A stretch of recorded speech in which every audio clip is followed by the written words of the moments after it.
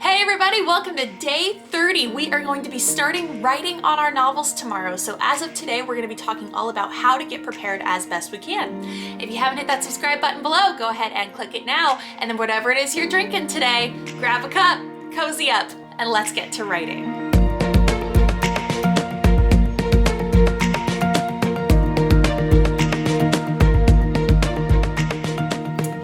As of tomorrow, we are going to officially start writing 50,000 words in the course of 30 days. So we're going to spend today talking about how to get prepared for that and what kind of things we can do for that preparation. Now, of course, if you're doing this in the month of November, as these videos are coming out, then we're going to be taking part in NaNoWriMo, the National Novel Writing Month, which is where everyone in the world is trying to hit 50,000 words in 30 days. But if you are watching these videos at a later time, at a different point in the year, it's going to be exactly the same. All of the advice and the processes I'm going to give you are going to stay the same. So I want to take a second to show you what NaNoWriMo has looked like for me in the past. So I brought out a couple of my old notebooks here. So this was 2018, this is 2019. I've actually got my trusty 2020 planner here today, which is still totally blank.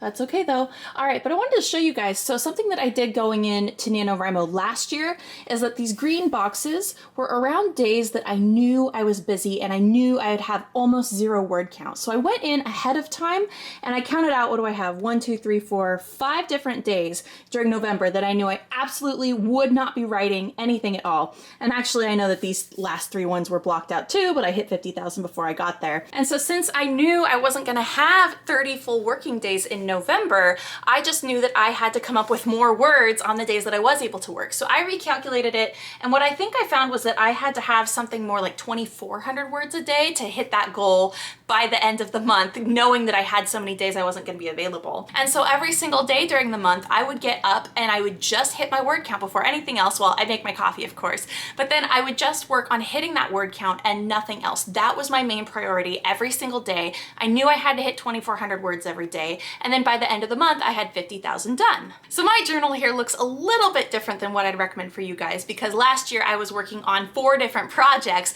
so my goal was to split 50,000 words between the 4 projects, but then I pretty much put them all into one project. Most of my words ended up going into one project, and we will actually talk about that later in another day of the challenge when we start talking about word counts and kind of what they mean. We're gonna have a day about that too. So one of the most important things that we can do as we go into these next 30 days of just solid writing is to get ourselves planners or some sort of organization system on our computer, something that has a word count tracker, so that day by day we can see how many words we've accomplished and make sure that we are on track to hit 50,000 words by the end of the month. So I really like to use a planner to keep track of my words, but there are a lot of other ways that you can do it too. There is software, there's like a whole NaNoWriMo website. There's also bullet journals that I want to show you guys, which are so fun and cool. And so these are, let's see, I just Googled bullet journals NaNoWriMo, so this is nothing that I have made. They're really amazing though. But this is such a fun one here because you can see she's got this green line that shows where she needs to be to stay on track to hit 50,000 words in 30 days. And then she's got her pink line that she fills in daily to say where it is she's at. So every single day she's seeing how many she wrote that day and then adding that onto the graph, and then you can see if you're beating the line or if you're not. It's a really cool way to do things. And gosh, there are so many cool different ways that people do bullet journals. This one is neat. So every single time you hit one of these milestones, you get to color it in. So once you pass 1,000 words, you color it in. 2,000, you color it in. So it's really motivating when you have the whole 50 in front of you and you just keep coloring them in every day.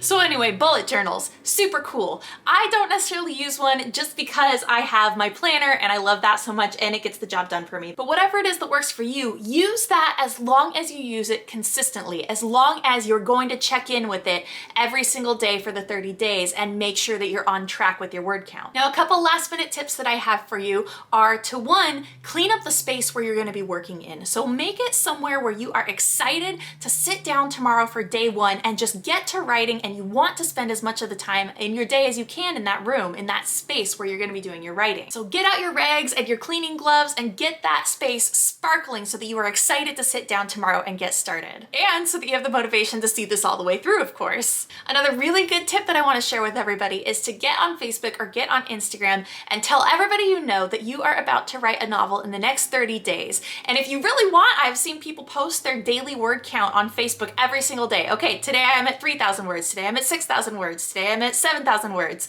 which may seem like it's a little bit annoying, and if it is, then whatever, people can scroll right past it.